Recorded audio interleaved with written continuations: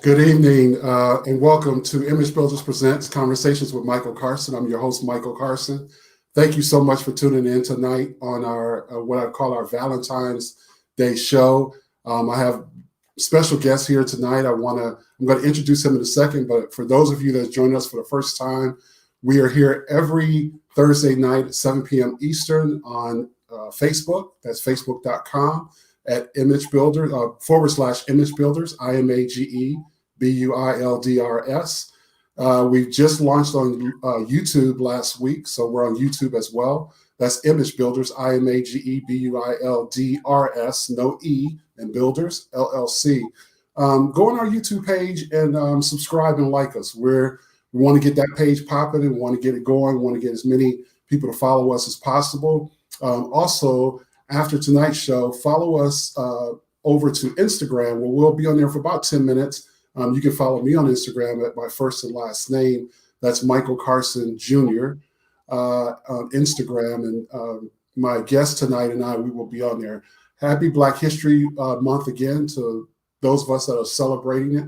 As I mentioned, you can't talk about American history without Black history. So every day, for that matter, is Black history. So I'm proud to be a Black man in America and have the ability and opportunities that I have. So without further ado, I want to welcome my guest tonight. Probably about 2018 or so, I reached out to him because I wanted him to be one of the speakers at our first Empowerment Men's Conference. And we connected, but his schedule wouldn't permit it. And once I decided to launch this platform, I said I had to get him because I respect what he does. He's the author, relationship coach, life coach. He's an expert. He's well-versed, has all the credentials, PhD. He's a Morehouse guy. He's a Christian. I'll just let him tell you more about him. But without further ado, I want to introduce to some and reintroduce to others my special guest tonight, Dr. Aaron Turpeau. Thank you, sir, for being here tonight. Definitely glad to be here, Brother Michael. I appreciate the introduction. That was great. I can't do much better than that. So, man, I looked at your site, and when people make bold statements, you say you are Black America's Love Doctor. That's your handle on Instagram. Mm-hmm. That's how you present yourself. So when someone says that, I'm like, yeah, how do you get from where you were as a young man, as like I said, a Morehouse man or whatever? It's like, I'm gonna be Black America's Love Doctor. So can you share your journey with us and tell us how you got to this point? Sure. A couple of different ways that I got to that point, being Black America's Love Doctor. When I started out in private practice, this was years ago. I started out part-time, eventually became full-time. I'm a licensed professional counselor. I have a PhD in counseling psychology. And what I do is I help couples. I help individuals and marriages, all around love, relationships, and marriage. And so pretty popular now around the country, and this is what I do. But when I started out, I decided I was going to have a niche, and my niche, I decided, eventually evolved into doing relationships. Mm-hmm. And the way that came about is I was a general counselor at first, but I noticed that I was having more and more success with my couples counseling. And I wrote a book about how to, on love relationships. It's called The Harmonious Way, Find Love in Marriage by Playing Your True Note. Now, when I wrote the book, it came out and it became an Essence magazine bestseller as soon as it came out. And got a lot of notoriety around the country for that. And it was a general book. And so my practice is growing. My book is growing. I have the niche now, becoming the Love Doctor. Mm-hmm. But one of the things I've noticed, just the reality of the racism in our country, is that some of the stories I remember hearing from elders saying that we have to support our own. Yeah. And I hear it. But until I got into that place where I was now, out there with my own practice, I started noticing that no matter how I advertised, in general, I wasn't getting a lot of. I went to the same schools as my white counterparts. I did very well in grades, but what I noticed was that I didn't get a lot of white clients calling me for some reason. Mm-hmm. And I was like, I wonder why that is. Now, I have my family on the website and all that stuff, and I'm like, what's Right. going on? You know, and I do have as I had a blind client tell me one day, he could tell I was black because of the cadence and the rhythm and of my Right. voice. And so I get the phone calls, but every once in a while I get a white client. I said, what's going on? I was like, I remember now. The ancestors, the elders would tell me that, you know, Right. there's an old joke. Right. Old joke. It's a cruel joke. You probably know the joke I'm talking about. Yeah. Is what do you call a black man? This is what white people used to tell. The joke they used to tell. What do you call a black man with a PhD? Mm. Nigga. Yeah. Yeah. So, I mean, this is what the ancestors and the elders were always trying to tell me, that we have to support our own. If you don't support your own, Right. then who will support you? Right. So rather than run from it, like a lot of my colleagues, my other black colleagues and other, I would say, you know what, I'm thinking I'm just going to embrace our people and work just for our people. And they, oh man, you can't do that, man. You know, white people money spend too, and yada, yada, yada, yada, yada. And I said, no, I'm just going to niche market. I'm already niche marketing relationships. I said, now I'm going to niche market with just our people, you know. Okay. And then I said, okay, so I'm just going to go ahead. John Johnson did it with BET. Right. I mean, Robert Johnson did it. Robert Johnson, yeah. John Johnson did it with Ebony. Yes. Yep. So I'm going to do it with my practice. Okay. And interestingly enough, I said, I'm going to just do it. I'm going to be Black America's Love Doctor. And it just started growing and growing and growing. And the notoriety just started growing. Wow. Wow. An excellent story. Excellent story. So have you found that did you find that white clients was like, that wasn't for me, or then it started to pick up, or it still is more black clients than? Well, now I'm just black, like you said, I'm boldly the Black Love Doctor. That's how I market myself now. Right. That's how it is. Okay. Every once in a while, I do get white clients every once in a while. Okay. And I think, and it's starting the more notoriety I'm getting, in the people, word of mouth of people. And so I'm now actually getting white clients, and they know that I'm the Black Love Doctor. And they'll ask me, do you work with white couples too? Okay. Because they hear how successful I am, and they still want to work with me. And I tell them, yes, I'll work with you. Because I would assume that the principles are universal regardless of. Yeah, there's some universal principles, definitely, and they apply to a lot of things. But there are certain nuances in our culture that that pertain to us that they don't quite get. But yeah. So being Black America's Love Doctor, describe Black love for me. What would you say is Black love? How would you define? Someone would say, Doc, I need you to define Black love. What does that mean? Black love to me is a beautiful thing, but unfortunately, we're suffering right now when it comes to marriage and love relationships in a lot of ways, and that's another reason why I like. And another reason why I'm embracing the Black Love Doctor is because our people need help. We need help when it comes to marriage and family. And I want to take my gifts and market them toward my people that need help.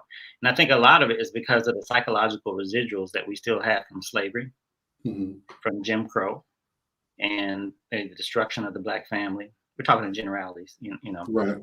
And because a lot of these things in the Black family kind of breaking apart, and absentee fathers and these types of things, the Black woman has had to be very strong. She's had to raise up and be strong, and to help keep the family surviving. It's unfortunate that we have a lot of situations that we have going on statistically. You read the statistics; it's very discouraging if you're familiar with the statistics about the Black family and fathers being present. And but a lot of the Black men feel like displaced warriors, and we need to help the Black man. This is why I'm a big supporter, and if you heard, as you can tell, in supporting Black businesses, because when you support Black businesses, you support Black men, because that's who hires Black men, is these Black businesses. And so, and then men get a sense of not being a displaced warrior. And so we have all these dynamics going on. And so, because of the way our history, a lot of times these girls are being raised saying, don't you depend on a man. Can no man do nothing for you? You can't do for yourself.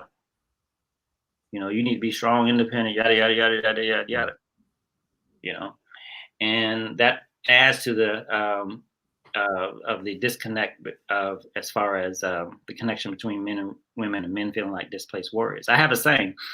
I have two daughters, and fortunately, I raised my daughters not to depend on a man. Unfortunately, I've raised my daughters not to depend on a man. It's like a catch 22. Okay. Um, so what we have to do is really nurture this relationship and not have people have arrested development in the stage of independence, but lean more toward a higher stage of development, which is interdependence. And so the black female is raised to be independent and is lauded as the summit of human development, but it does have its downside. And so we have to really embrace that. And women not to be so aggressively independent and yada yada yada. That if you're too aggressive with that, it can be harmful. And for the black men, is I'm not sure why that is, but what I see a lot going on is black men not valuing family that much, wanting to continue to be a player, wanting to continue to see how they can get away. Now, my population is skewed because who's coming to see me? Mm-hmm. The people who are having, yeah, no, and I understand that. So, I still want to get back to this question. So, if you were able to define Black love, what would you, the characteristics of Black love? Because and the reason I asked that question is because I know as a Black man and my wife's a Black woman, and I know how our family structure, and I've seen people in our family, how they interact with one another. As Black people, we tend to love hard, either positively or negatively. We tend to love hard. I mean, we'll fall on our face positively or negatively. So that was why I was asking the question in your practice. How would you describe it? And the second part to that is, do you find that Black men have a hard time expressing love to significant others, either their wife or their significant other? Yeah. Black love is beautiful as all love is. It's tender, it's loyal, it's all these things. And Black men love and Black women love, but we have our issues. We have our issues. I'm just talking about the current state of affairs. Now, and again, my population is skewed. Who's coming to see me? The people that are having problems. The people who are not having problems don't come see me. Right. And so now the second part of your question was, have you found it hard? I mean, for the men that do come to see you, has it been hard for them to express the love you just talked about? Yes, it is. It is hard.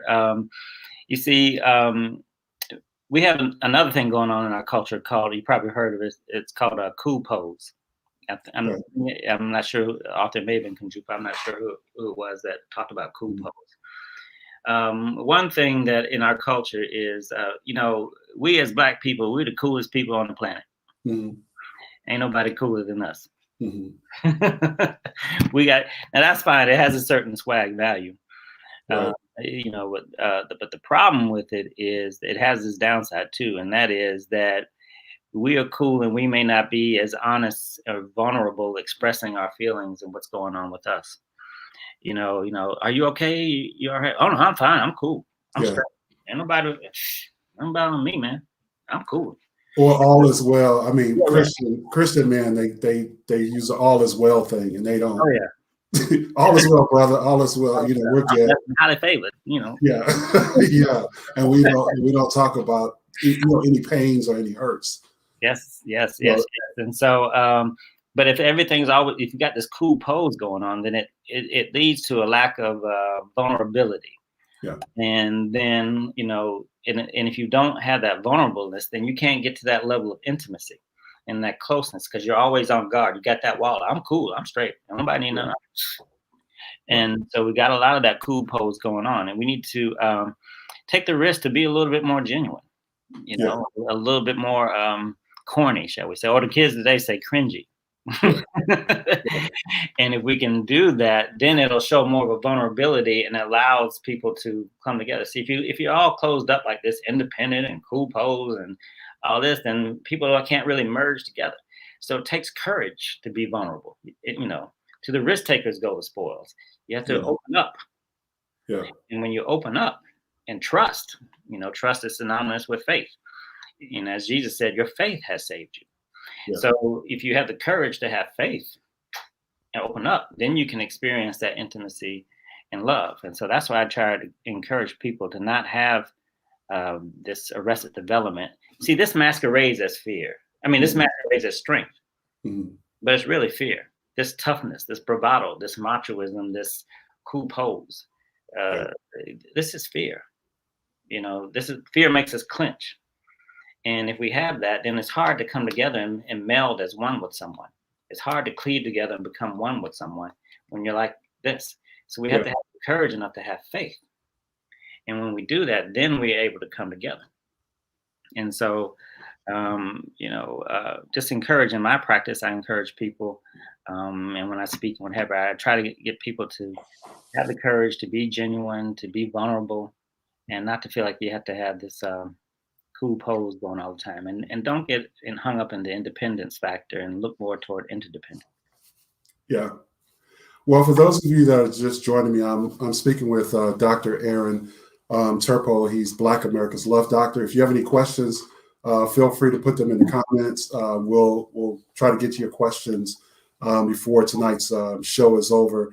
Why is a relationship therapist important? And the reason I say that is because I know I often tell people, they'll come to me and they'll say, "Oh, I'm getting married, and I have the ability to marry people or whatever." And I'll say, "Well, have you seen a therapist? Have you seen a couples? Have gone to couple therapy?" Because that's important. That's just as important as a marriage.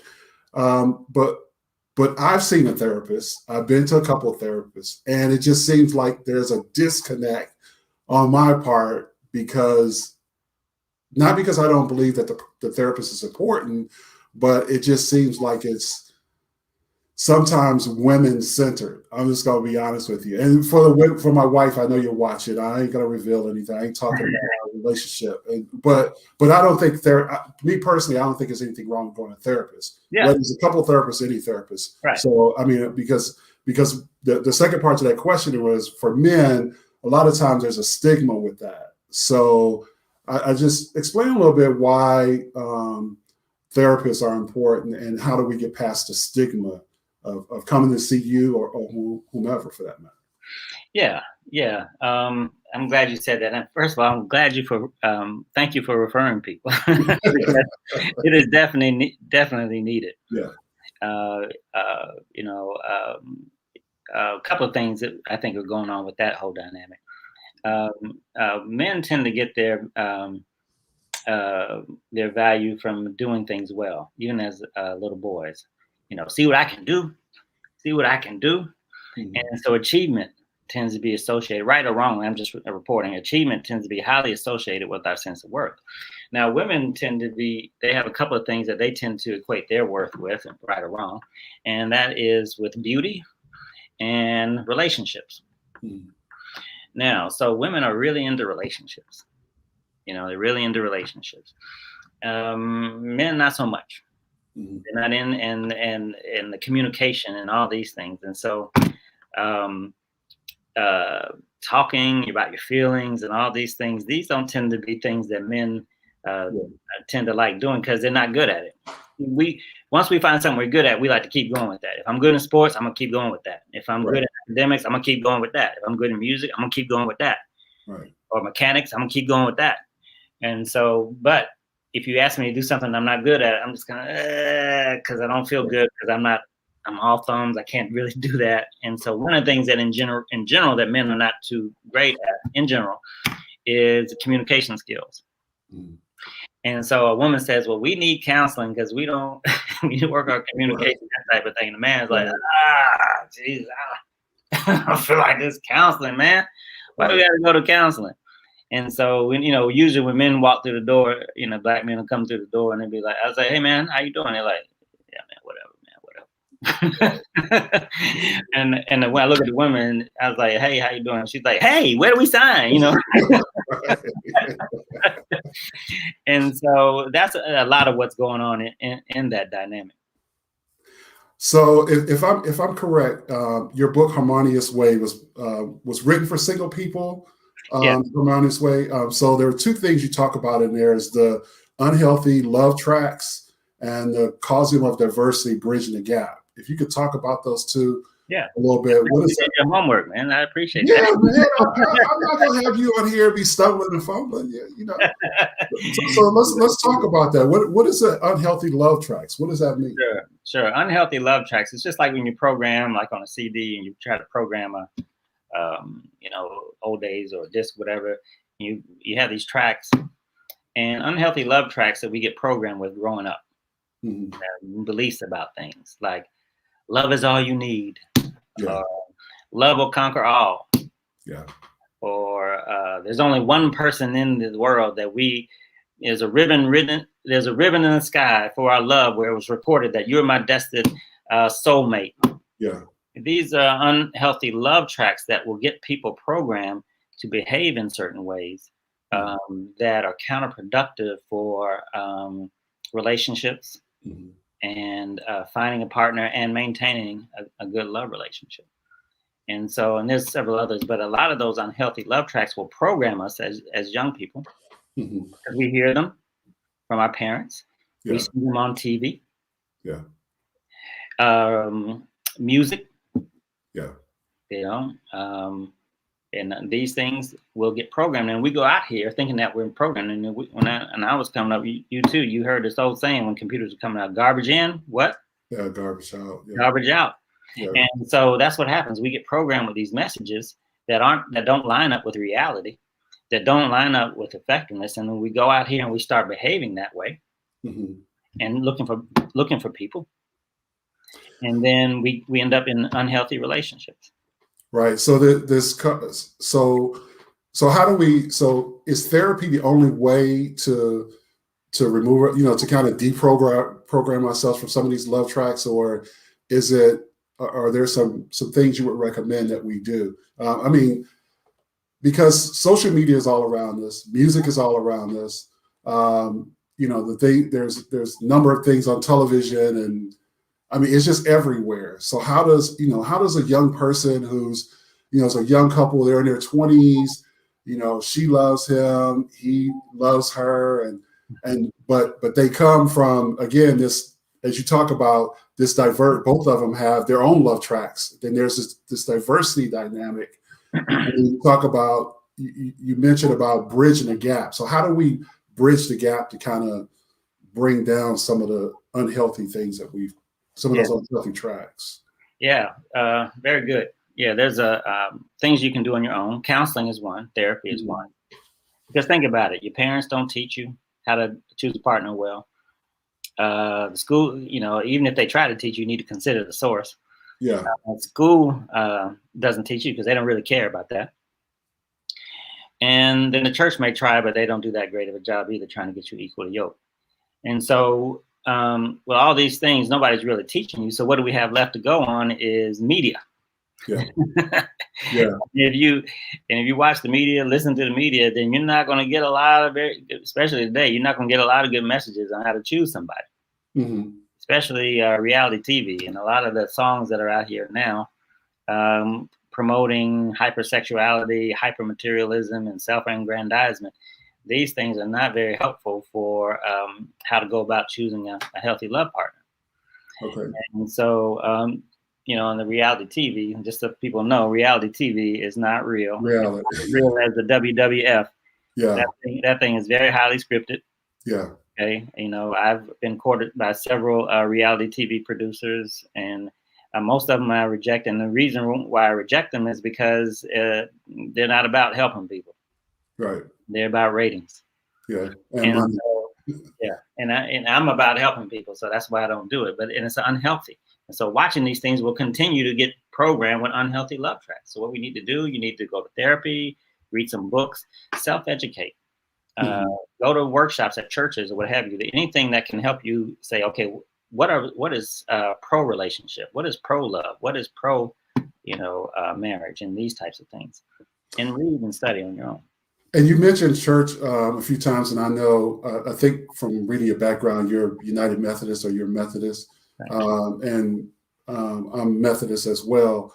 One of the things that I want to encourage, and maybe you can speak to this, I want to encourage people to do is don't think your pastor, your elder, your deacon, your mother, I mean, it's okay to get some advice from them, but I can't stress the importance of seeing someone who's clinically trained to deal with some of this stuff, because I've heard people say, oh, well, I'll just go to, mother so-and-so, or I'll see so-and-so at the church, or, my friend or somebody I've known, but they won't, again, they'll be apprehensive of going to someone who's clinically trained. So I just want to talk about the importance of that and how, I mean, do you often get clients who've gone that route and then they come to you?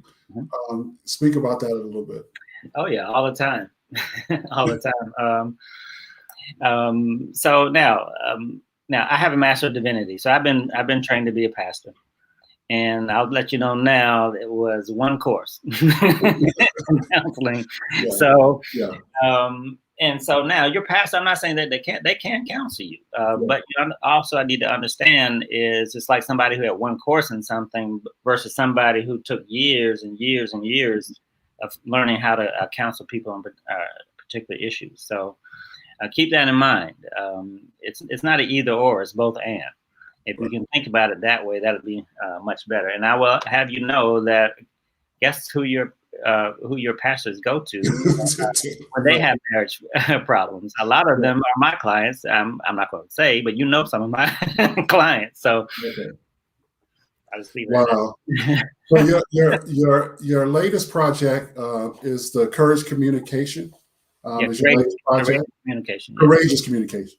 So why Courageous Communication? Why that title? I saw actually I tried to buy it. I want to talk to you about that. Okay. So I want to get it, but it led me somewhere where I couldn't get it. Okay. But yeah, talk about Courageous Communication. Why that title? What will we learn from that? Okay. So thanks for telling me that. I just recently heard about a week ago that there's a problem with Amazon with that CD. So what I did was I went ahead and posted it on YouTube. So if anybody wants to watch it, it's a YouTube video now. So I said, I'm going to just sell it. I'm just going to make it open to the public so they can look at it for free. Okay. Or listen to it for free on YouTube. So anyway, what is Courageous Communication about? One of the main things that I've noticed going on in my practice, one of the major things is that people do not know how to communicate. Mm-hmm. Most people are horrible communicators. Mm-hmm. Most people overestimate their ability to communicate. I hear all the time, "Oh, I'm a good communicator, yada, yada, yada." And they steady in communicating with me, showing that they're not a good communicator. It's much more than just talking. It requires how you approach people, how you listen, how do you understand and empathize and work toward resolution and adjustment of toward a more loving behavior. These things require certain skills, certain principles, and these are the things that I do in my session.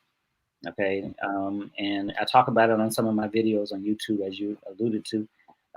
But if you want to tailor it toward you as a couple, then you need to get counseling with me or someone else. I counsel people here in Georgia, or someone else, and to talk about communication skills. It's very, very important. Alluding to what you were saying about the diversity that people have in their relationships. Mm-hmm. I mentioned a little bit that you said that a couple times. In the past, you had Jack and Jill, and they grew up pretty much in the same community, same mores, same values, what have you. And so they grew up, they became attracted to each other, they come together. And so now there's not much to talk about because marriage is this way. Of course it is. Business this way. Of course it is. Finance this way. Of course it is. So what's there to talk about? Let's just keep this thing moving. Mm. All right. So there's not much diversity there. But now Jamal and Jaleesa grow up. Yeah. in a highly diverse neighborhood. You're highly diverse now from your next door neighbors. So now when Jamal and Jaleesa grow up, now they come together. But now when they come together, It's like marriage is this way. No, it's not. Parenting is this way. No, it's not. Religion, no. Politics, no. Finance this way. And so now we got this big old gap of diversity, big old chasm of diversity. Where in the past, the chasm was about like that. Now, and today, it could be anywhere from here to way out here. You can't pick up. That's how. And so in my book, The Harmonious Way, I said we need to, when I work with single people, we need to actually find somebody who's down in this level, set up for success. If you're going to choose somebody, set up for success, somebody that's not going to take much stretching and going here. But if you come to me, you've already with somebody, you got this big old gap of diversity. The only way you bridge that is through better what? Communication, compromise, cooperation. But guess what? Nobody taught you how to do it. Yeah. Your parents didn't teach you. School doesn't teach you. Church tries. They do okay. But that's the value of counseling. That's why you need to get in here and have somebody teach you how to bridge that gap through better communication. So what advice would you give to single people? There's COVID right now. You can't, well, Atlanta's open. It shouldn't be, but it's open. What advice you give to single people in this age of COVID where, do you recommend online dating? Do you recommend, how do they meet other people? How do they look for that person where they, that there isn't such a, the dynamics that you talked about? How would they go about doing that? Well, I actually am a proponent of online dating and these online dating websites. I think they're very good. I've had a lot of clients who've had success with them. For some reason, there's a fear that if I get online, I'm going to meet crazy people. You can meet crazy people in the church. The internet does not make people crazy. Okay. Okay. So there's a risk you might be catfish or whatever. But here's the thing. One of the great things about the online dating is that it already screens out a lot of people. It screens out a whole lot of people who aren't serious. And so the best you can do is I tell my clients to do one premium site and one broadnet site. Okay. Premium site would be something like eHarmony or Match.com, and the other one would be like Plenty of Fish or Black People Meet or something like that. They both have their advantages and disadvantages. The advantage of the broadnet site is that you get a whole lot of hits. There's a lot of people. You'll get a whole lot of hits. The problem is it's low quality as far as compatibility. Yeah. The premium sites, though, you're not going to get a whole lot of hits, but when you do get a hit, it'll probably be higher quality because it's taking away that diversity. And you know that people are more serious because they had to spend some money. And they had to take time out to fill out the profile. So that's why it's going to be these people are more serious about it. And so I think it's a very good idea. And people are doing creative things now. They're doing on their certain apps, and I don't have the names right now. I'm learning that people are doing these virtual dating where they're online with each other, getting to know each other. Now, one of the advantages is that it slows things down. Yeah. It slows things down, which is very good because now I get to know you before we start getting all physical and everything. Now I can get to know you and talk with you and that type of thing. Right. So that's very good. So as I said, in this, I have a couple more questions. As I said in the beginning, I've been married for a long time. Long time, half of my life. Yeah. And I know you've been married for 20 years or more than 20 years. It was 92. So what's that make it? Yeah. 20, yeah. So same with me, 92. Yeah. So Valentine's is coming up, and I was asking my wife this morning. I was like, "What do you want to do? What do you want for Valentine's dinner?" And she's like, "Well, my favorite foods." And so I said, "Well, you gonna ask me what I want for Valentine's?" And then she's like, "Well, what do you want for Valentine's?" She's like, "I know you're gonna tell me what you want or what, but for people who've been married, we've given out so many cards. We've gone to so many. How do couples who've been married as long as we've been married, or couples been married 10 plus years, what would you recommend? What should they do on Valentine's Day, or how do they spruce things up? Yeah. That's a challenge, and which I recommend to everybody, is to keep it novel. Do something different. If you haven't done something in a while, maybe you did do it, but try something else again. Now, it does get a little bit more challenging when it comes during this time of the pandemic, but keep it novel. do different things. What a lot of people are doing for dates now is they're going for walks in the parks. That tends to be the real popular thing now, which makes sense. And think about this: if you're going to walk in the park and you're going with somebody who's wearing a mask, that says a lot about that person. Yeah. If you're trying to date somebody and they're not talking about wearing a mask, they want to go in the crowd with a bunch of other people. That says a lot about the people, the person that you're dating with as well. Yeah. So when it comes to Valentine's Day, a lot of people, I tell them, be creative, mix it up. You know, I learned early on when it came to Mother's Day and Valentine's Day. My wife had asked me a couple of days before. She said, "So what you got planned for us for Valentine's Day?" And I'd be like, "I don't have anything yet." You mean to tell me you don't have anything planned for us today? I'm like, "Yeah." I said, "I come through, don't I?" Right. That ain't the point. The point is you don't have anything planned. So I learned my lesson. And so, you know, about a week before Valentine's Day or Mother's Day, she'll say, "So what you got planned from Valentine's Day or Mother's Day?" I'm like, "Oh man, you wait and see." you just wait and see. And then okay, bye. And I'm like, "Oh." Trying to scramble to find something that'll blow our mind even then. Yeah. Just have to get creative. Well, look, we've come to the conclusion of this show. I actually ran over a little bit. We're gonna hop over to Instagram in a second. There's a quote that you have about life. I'm gonna let you close with that and give the parting words. But I want to tell everybody who's joined us, thank you so much for joining Dr. Turpeau and myself on Image Builders Presents Conversation with Michael Carson. Join us here every Thursday night for our show right here on Facebook and on YouTube Live. We have some really exciting guests coming up, and I'm just excited about the show. I'm excited where we're going. We're still in our infancy stage, so tell people to like our YouTube page. That's Image Builders, IMAGEBUILDRS LLC. No E in Builders. Same thing with Facebook. Follow me on Instagram, Michael Carson Jr. If you want to continue the conversation. If you have a question and you want to continue the conversation, join us on Instagram right after. But Dr. Turpeau, thank you so much for joining me tonight. You have a quote about life. I wrote it down, but I must have put it on another piece of paper. But I want you to tell people what that quote is, and I'll give you the final words to those that are joining us tonight. Sure. In closing, I'll just close with the quote that I think that you're talking about, because I have a couple of quotes, but the quote I think you're talking about is, don't let life happen to you. Exactly. Make life happen for you. Yes. Thank you so much for joining me tonight. We're going to hop over to Instagram. Again, love you guys. God bless. Talk to you soon. Thank you, Doc. Thank you. Excellent show.